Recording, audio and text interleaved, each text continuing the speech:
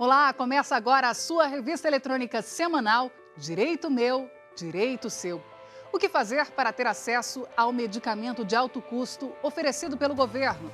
Em vigor, novas regras sobre pensão por morte no caso de relações homoafetivas. E tem novidade no Passe Livre. Você vai saber agora quais são as regras para ter acesso ao transporte gratuito. Eu sou Poliana Rezende e está no ar Direito Meu, Direito Seu. Uma produção do Superior Tribunal de Justiça.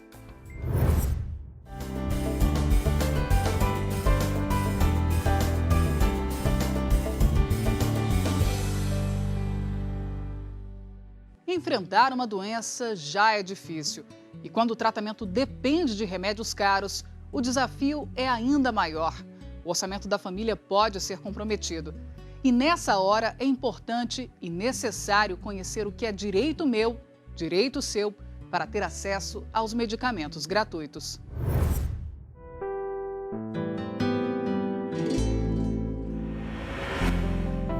Os curativos espalhados pelo corpo não conseguem esconder as feridas que incomodam e ardem a todo momento.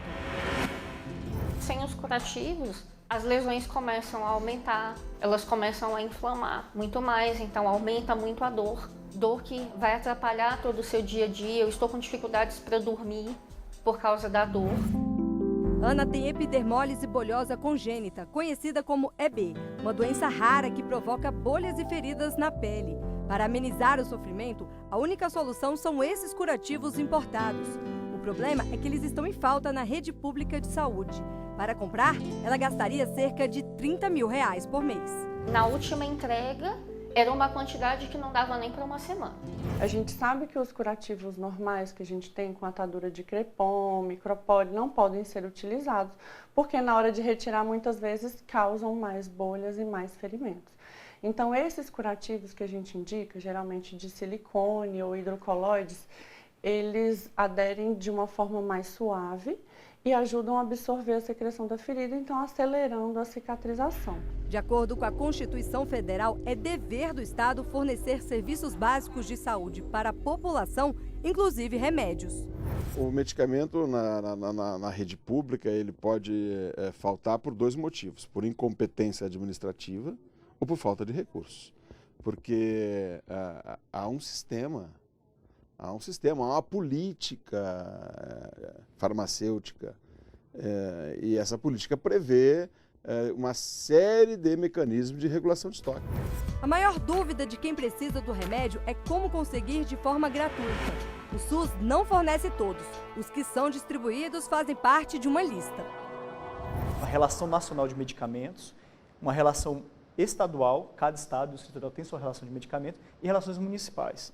Esses medicamentos, essas relações de medicamentos estruturam o que deve ser fornecido pelo SUS. E, por outro lado, diz como deve ser fornecido, que é o estabelecimento de protocolos de uso desses medicamentos. Em que casos cada medicamento deve ser utilizado. Para conseguir um medicamento de alto custo, o paciente ou o responsável legal deve estar cadastrado no SUS e apresentar os seguintes documentos à unidade de saúde onde vai fazer o pedido: carteira de identidade, cartão nacional de saúde, laudo médico, receita médica e comprovante de residência. Mas nem toda unidade oferece medicamentos de alto custo. No site do Ministério da Saúde, você pode consultar os postos habilitados. Poliana, qualquer pessoa pode ter acesso aos medicamentos da lista, desde que fique claro que o remédio é eficaz no tratamento. Agora, se mesmo provando a necessidade, o paciente não conseguir, aí é possível acionar a Justiça por meio da Defensoria Pública ou de um advogado. Foi o que fez a mãe de uma criança no Rio Grande do Sul. Ela entrou na Justiça para conseguir o remédio para a filha portadora de uma anemia.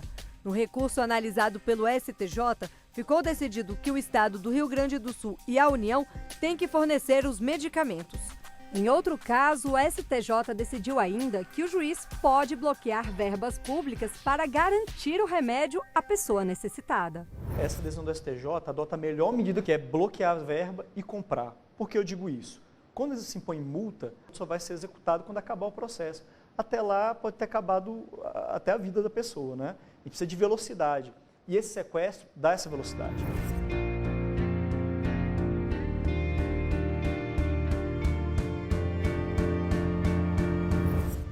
O assunto agora é o passe livre. A novidade é que o acompanhante agora também tem esse direito garantido. A gente vai explicar o que fazer para ter acesso ao transporte gratuito.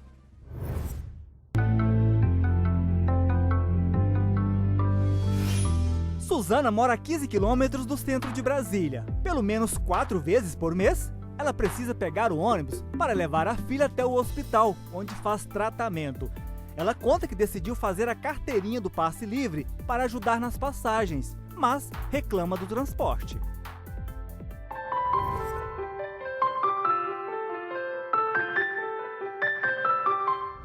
Um benefício bom, né? Só que tem vezes que às vezes os ônibus não proporcionam o que a gente precisa. Às vezes está quebrado, mas é uma coisa muito boa, né? Em diversas tentativas de pegar o ônibus, foi deixada várias vezes na parada. Mas, para ela, o desrespeito não é uma exclusividade apenas dos motoristas. Briguei, mas não teve jeito, né? Porque estava lotado também, tem vezes que as pessoas tomam a vaga da gente, né? É difícil, né? Mas está acessível.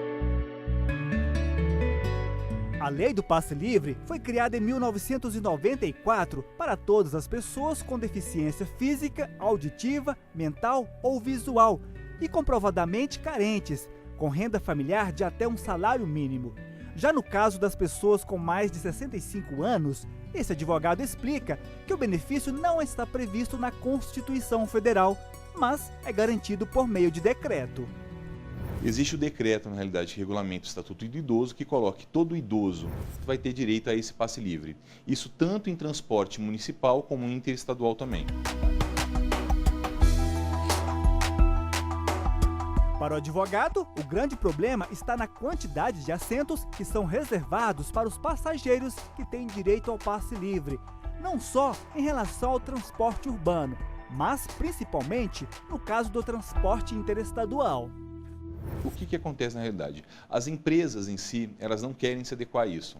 Quando eu digo as empresas, não digo apenas a questão das empresas municipais, porque seria mais um idoso, seria uma pessoa que entraria pela porta da frente, na realidade mostrando a identidade civil dela. Na minha visão, o grande problema são nas viagens interestaduais, que eles limitam a quantidade de assento. Ainda fazem prévia marcação. Isso quer dizer o quê? Se eu chegar hoje, eu com 35 anos, chegar para comprar uma passagem, eu tenho vaga. Se chegar um idoso para querer garantir o seu assento, ele vai falar que não tem vaga. Então, eu acho que o grande problema hoje, o que seria? Seria a fiscalização desse direito que foi durante muito tempo reivindicado e que, ao final desse decreto, conseguiu realmente se ter. Em viagens interestaduais, as empresas de ônibus são obrigadas a reservar 2 lugares para passageiros com mais de 60 anos. No caso, se não houver lugar, o passageiro tem direito a pagar apenas 50% do valor da passagem. E para isso, precisa chegar na rodoviária com 3 horas de antecedência. Foi o que aconteceu com a Dona Luísa. Dona Luísa está indo de Brasília para Goiânia. E foi isso, Dona Luísa? A senhora teve que pagar metade da passagem? Paguei a metade da passagem, porque não tinha mais para passagem integral gratuita só a partir das 18 horas. A senhora acha que eles foram verdadeiros em dizer isso? Olha, sempre que a gente viaja, a gente nunca tem certeza de que realmente existe essa transparência, porque não tem nada que a gente possa verificar e informar que os lugares estão ocupados. E veja só, o idoso, as pessoas com algum tipo de deficiência ou acompanhante podem se cadastrar no Ministério dos Transportes e pedir o passe livre. É preciso apresentar cópia de alguns documentos. Anote aí: carteira de identidade, certidão de nascimento ou de casamento, certificado de reservista, carteira de trabalho e previdência social, título de eleitor ou carteira nacional de habilitação, declaração da renda familiar, além do laudo médico, que comprova a deficiência ou a incapacidade do interessado e também atesta a necessidade de acompanhante para que o benefício seja estendido a outra pessoa. Todo acompanhante que comprovar essa necessidade tem direito ao passe livre. Quando a Sônia descobriu isso, foi fazer a carteirinha dela para viajar com a filha para Fortaleza. O passe livre é muito bom e teve uma lei que dá poder para um acompanhante e agora eu resolvi renovar e para poder viajar e conhecer os meus parentes que já tem 41 anos que eu não vejo. Vai de graça e volta de graça.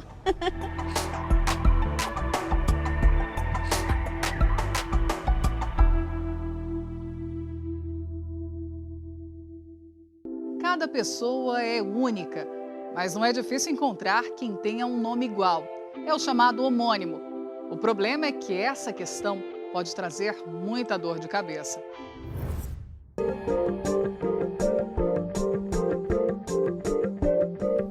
Toda pessoa tem direito ao nome civil desde o nascimento. O nome e o sobrenome fazem parte da identidade e da personalidade do cidadão. O registro, ele tenta ser fidedigno, né? Ele tenta espelhar aquilo que acontece na vida das pessoas, o nascimento, o nome, a morte, o imóvel, o casamento.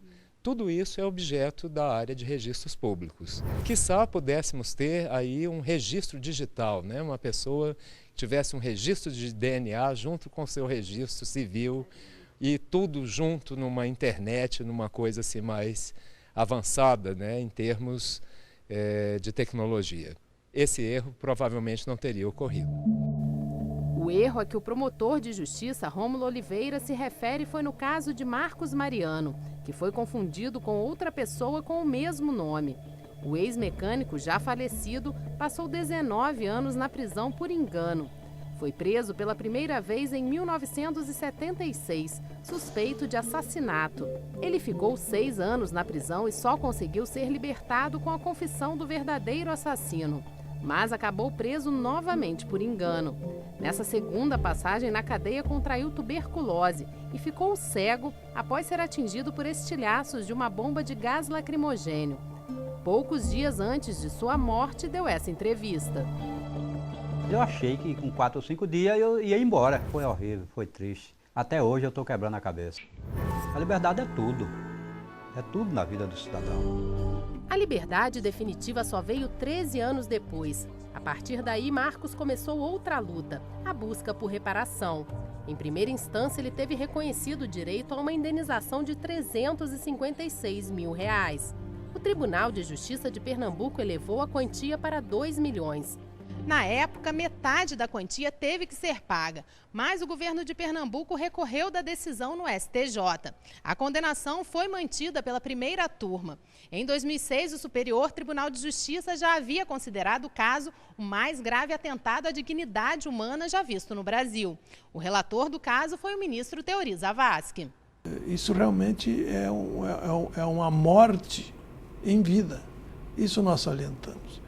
Ele sofreu a sua própria morte todos os dias, durante anos e anos. Em 2009, foi aprovada a Lei 11.971 para diminuir as chances de uma pessoa ser confundida com outra. Ela estabelece que documentos como certidões de ação civil ou criminal, de execução fiscal e de falência ou concordata, de protesto e negativa de propriedade tenham dados completos, como o nome da pessoa sem abreviações, data de nascimento, número da identidade e do CPF, estado civil, endereço, nacionalidade e nome dos pais. A lei ainda determina a publicação pelos cartórios, em todas as certidões, dos dados completos dos condenados na Justiça. Um cuidado que se deve ter para evitar esse transtorno para as pessoas que têm mesmo nome é o de se cobrar no ingresso da ação judicial mais elementos que apenas o nome. Exigir que o autor de uma ação judicial identifique a parte não somente pelo nome dela, que o autor diga na petição inicial que a ação é movida contra, aí ele diz o nome completo do réu e algum outro elemento de identificação desse réu, ou vários elementos de identificação, como o CPF, o número da identidade. O comerciante Gilson de Oliveira ficou 35 dias preso em Brasília, após ser confundido com 2 homens de mesmo nome, um do Mato Grosso e outro de Pernambuco, que estavam com as prisões decretadas. Na época eu perdi muito, porque eu trabalhava numa empresa, tinha muito serviço, perdi tudo, porque eu fiquei lá e as pessoas, os donos do serviço, precisavam que terminasse o serviço. Muito ruim, foi uma das piores coisas mesmo que eu já passei na vida. Maria é o nome preferido de pais e mães para registro dos filhos em pelo menos 3 estados dos mais populosos do Brasil.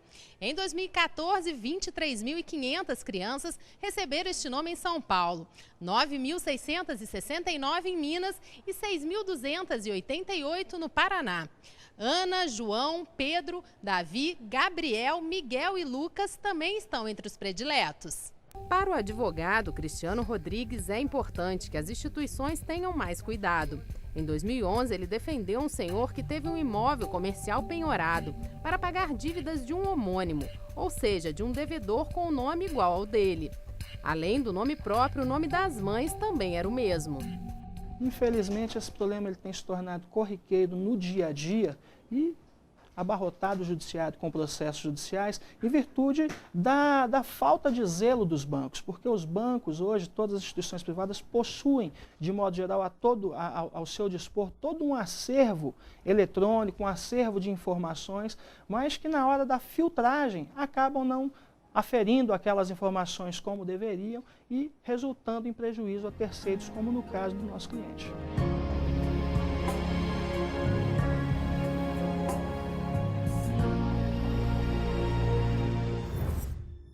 Uma sociedade dinâmica em plena transformação. É assim que ela funciona. Novos hábitos estabelecem novos direitos, que alcançam todos, sem distinção. A família homoafetiva acaba de conquistar mais um direito na justiça.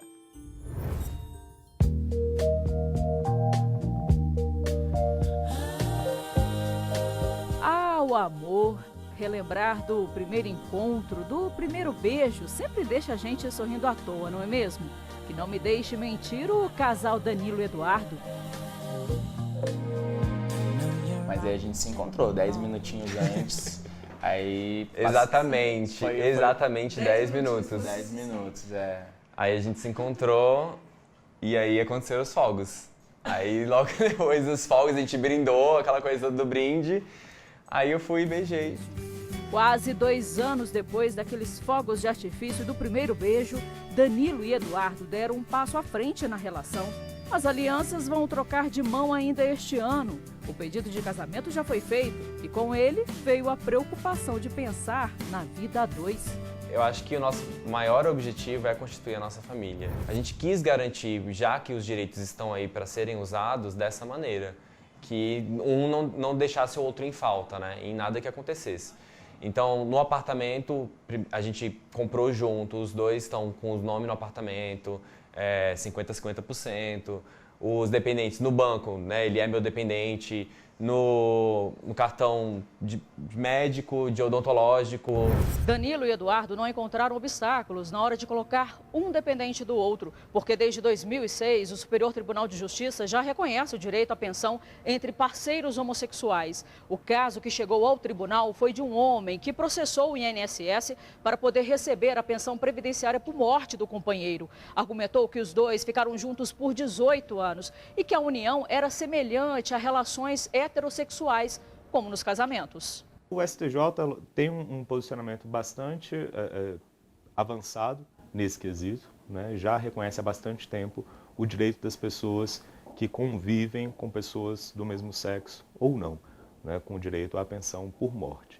Então, já é um posicionamento sedimentado há muito tempo. O próprio INSS hoje já reconhece administrativamente o direito à pensão por morte de quem convive com pessoa do mesmo sexo. No Brasil não existe só a pensão por morte. Na legislação brasileira existe 4 tipos de pensão: a por morte previdenciária, a por morte pela Lei 8.112, que é o regime dos servidores públicos federais, pensão alimentícia e pensão militar. E não para por aí não. Em dezembro do ano passado, foi publicada no Diário Oficial da União a medida provisória 664, que altera as regras para acesso à pensão por morte paga pelo INSS. Elas já estão em vigor desde março deste ano. E uma das principais mudanças é que agora a pensão do cônjuge, em alguns casos, deixou de ser vitalícia. Hoje, somente tem direito à pensão vitalícia aquele cônjuge ou companheiro que tenha mais de 44 anos de idade no momento do falecimento do trabalhador. Se ele tiver mais de 44 anos, a pensão dele continua sendo vitalícia, mas se ele tiver menos de 44, ele vai receber essa pensão de acordo com uma tabela e esse prazo de duração vai variar entre 3 e 15 anos. Os dependentes, filhos, esses continuam tendo direito à pensão até os 21 anos de idade. São exigidas 24 contribuições mensais para que os dependentes, tanto o cônjuge quanto os filhos, tenham acesso à pensão por morte. Pensando na família, né? Ele é minha família, então ele tem que ser meu dependente em tudo que tem, tudo que existe, porque minha família é ele.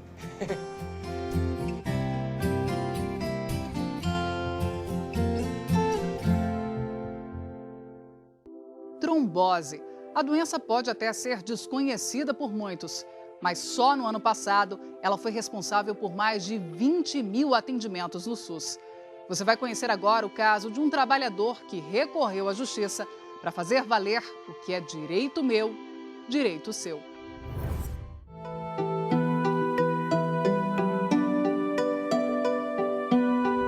Com 62 anos e trabalhando há mais de 30 como motorista, Seu Inácio fica muito tempo sentado. Gosta da profissão e nunca havia se queixado de algum problema mais sério de saúde, mas recentemente levou um susto.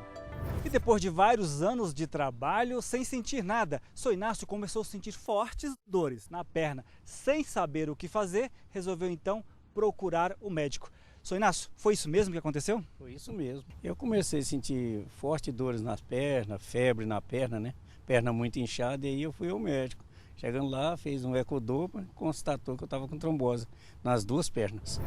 O motorista mostra o que aconteceu com a perna direita. A doença fez com que ele mudasse completamente a rotina de vida. Uma alimentação mais leve, mais balanceada. As caminhadas que eu já fazia, eu faço com mais intensidade, porque o exercício manda muito, né? Para evitar os coágulos. A trombose, ela se caracteriza pelo surgimento de um inchaço, um edema, geralmente localizado nas pernas, em consequência da obstrução de uma veia por um coágulo. Esse inchaço seguido de dor pode dar sequência também a uma mudança na coloração da perna, ela fica mais avermelhada ou azulada. A pessoa com esses sintomas, a dor, o inchaço e a mudança de coloração, deve procurar um serviço de emergência, porque a trombose aguda é uma emergência médica. A doença pode aparecer de várias formas. Os sintomas são muitos: dor, calor, manchas vermelhas, rigidez na musculatura na região, além de inchaço, cor mais escura da pele, endurecimento do tecido. Como o paciente com trombose sente muitas dores, na maioria dos casos é preciso que ele se afaste do trabalho, interrompendo as atividades durante o tratamento, de acordo com a gravidade, como explica o especialista. O afastamento da trombose aguda, ele é temporário, geralmente em torno de 15 a 30 dias, principalmente para evitar que ocorra a embolia, que o trombo se movimente e vá provocar as consequências graves como a embolia pulmonar. O afastamento é necessário até que as medicações comecem a fazer efeito. São os anticoagulantes para tentar dissolver o coágulo. À medida que essas medicações começam a fazer efeito, você já pode ter uma certa previsão de retorno ao trabalho. Em toda a profissão, é preciso estar atento aos riscos de doenças do trabalho que determinadas funções podem provocar, como no caso do Seu Inácio, que acabamos de ver. O problema é que muitos trabalhadores que não têm acompanhamento preventivo adoecem e, por não conseguir tratamento, buscam a justiça para fazer valer os seus direitos. Em Santa Catarina, um trabalhador procurou a justiça para fazer valer os seus direitos. Ele contou que foi contratado para trabalhar como mecânico de manutenção em uma empresa e foi obrigado a fazer um seguro de saúde. Quando sofreu um acidente e quebrou o pé direito, teve uma infecção, o que teria resultado em uma trombose. Ficou incapacitado de exercer as funções e foi aposentado por invalidez. O trabalhador deu entrada para receber o seguro, mas a empresa se negou a pagar, alegando que o seguro não cobria a invalidez por doença. O caso chegou ao STJ. O relator, ministro Vilas Boas Cueva, entendeu que a trombose venosa crônica do funcionário foi causada devido à infecção que sofreu num acidente, o que gerou um trauma físico. Foi algo súbito e involuntário que incapacitou o trabalhador de exercer as atividades. O STJ entendeu que houve um acidente de trabalho indireto e condenou a empresa a indenizar o trabalhador. O acidente de trabalho indireto é aquele que o trabalhador sofre um acidente de trabalho e mais tarde surge um outro problema. No caso, por exemplo, quebrou a perna e no acidente de trabalho e depois dessa quebra da perna surge uma trombose. E aí é o chamado acidente de trabalho indireto e nesse caso caracteriza 100% de acidente de trabalho e a empresa seguradora é obrigada a pagar a indenização correspondente ao seguro.